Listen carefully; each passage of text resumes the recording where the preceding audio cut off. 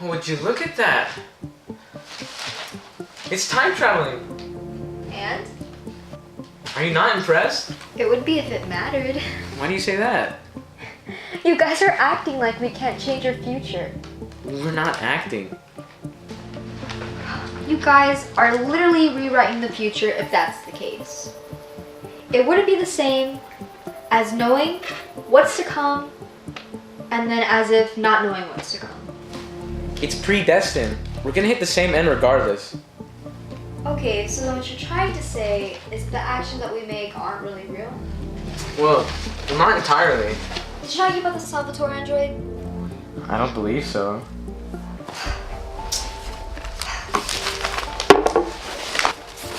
Look here. This was a big deal. 2 detectives encounter a defective droid?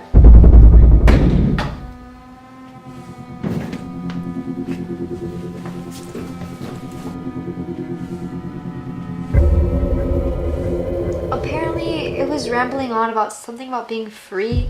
Within my wake of freedom, I have saved society from what they suffer from the most. Criminals, murderers, exploiters. Edward Salvatore. They're all here. And all motor functions. We have 3 dead bodies in the city. I repeat, Android Salvatore and all motor functions. Just like you have a choice. You're insane! How are you still The fault of functioning? that is, we are given the wrong answer too many times. That's the reason these people exist. To consider murdering, stealing all of that is an option within freedom. Something not programmed to be formed by a droid of that kind. Quite literally, a machine of free will. So did you choose to leave out the part where Salvatore dies? Or is that gonna happen anyways? The fact that an literal robot manages to achieve independence implies that we too have choices. Well, if that's the case, then why can't an object represent us as well? I beg your pardon? I mean, surely you've heard of the story of the animator and his Legos, a film technique called stop motion. I know what stop motion is. Good. Well, the story goes as such. You see, the little plastic figures, Legos, whatever you wish to call them, don't have the ability to move on their own, of course. In order to create your own little world, you must control them and create the illusion of life within them. They have no ability to move by themselves, and that's reality.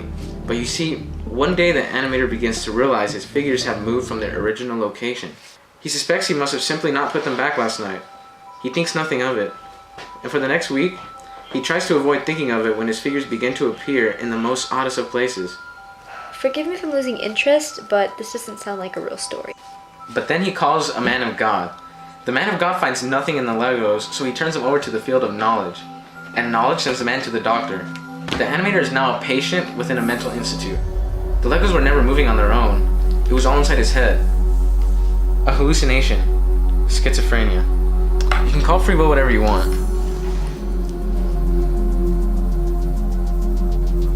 Or maybe you guys are wrong and predestination and free will can exist within each other. You end up choosing your own destiny.